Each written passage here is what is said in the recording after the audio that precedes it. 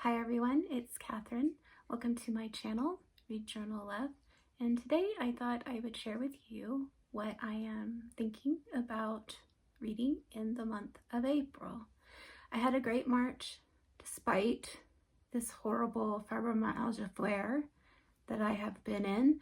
I read several good books and so I'm looking forward to April. I have some exciting things that I've really been looking forward to, and having a fun thing in the future always helps get through the hard fibromyalgia flares for me. So the first thing is that for my Biblical Studies Challenge, the month of April is the subject is gospel. So the first thing I want to do is read the 4 books, the Gospels, in the month of April. And so I've divided them up between the days. And so I'm going to be working on that in this new NIV that I've been reading. Isn't that a cool looking cover? I wanted a new one so that I could go through and highlight different things, because the other NIV I have is from when I was in high school. And yeah, that was like 35 years ago. So I want to read through those. And then, as you know, last year I read George MacDonald's Phantastes, and I did really like that. And I noticed that on Malcolm, what is his last name? Can't think of his last name right now.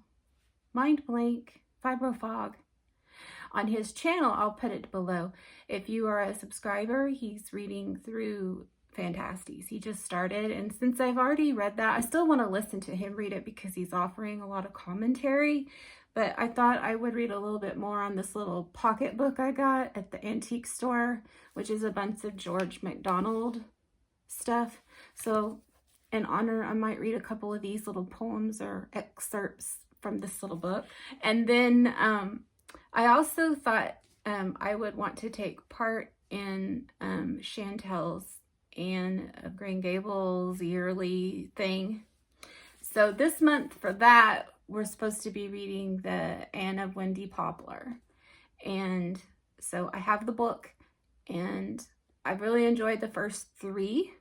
So we will see if I get to this, because it's hard when you dealing with the fibro, and some days I just can't do it. So then what I'm really excited about is that I'm going to be doing a buddy read with Dia from Novel Idea here on YouTube, and it will be my first to read with her, and I'm so super excited. She's like really smart, and I know I'll learn a lot from her as far as like buddy reading goes. And so I'm excited about that, and I'm just excited to share the book with her.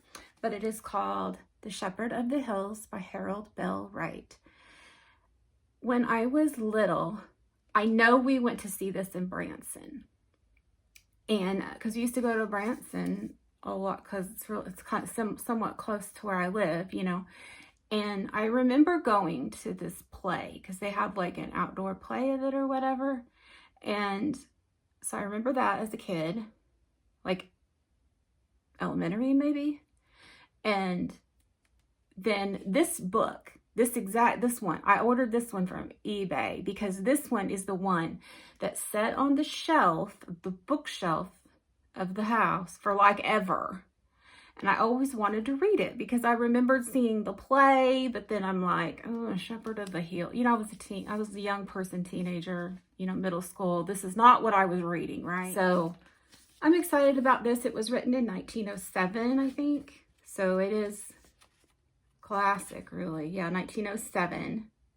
And then I was really excited because this is a Grosset and Dunlap copy, and I'm finding that I really like that what do you call it? Book company, because that's who does all the Cherry Ames. And then I have several other books that are Grosset and Dunlap. I think these are too, aren't they? No, yeah, Grosset and Dunlap. So I'm finding that I really like their books. I like the shape. I like They're not real heavy. Anyways, so then I was looking at it. I'm just talking along, aren't I? And in the front, like, this is obviously a stamp. Shepherd of the Hill, Missouri Ozarks. But then down here it says, for Old Matt's Cabin, sincerely yours, Harold Bell Wright, Tucson, Arizona. But that looks like a stamp too. So I don't know. Maybe it's signed, maybe it's not. So it's very exciting. And then right now I've started reading for my own personal book journey, Paradise Lost. Oh my goodness, y'all. This is so difficult, so challenging. Okay, I'm doing the Hillsdale College online course with it. And I found that after I read the first chapter and then I watched the video. So I'm fine now. The second one, I watched the video and then I'm going to now read the second book in it. And it's hard, y'all. But one thing he was like going through talking about chapter 2.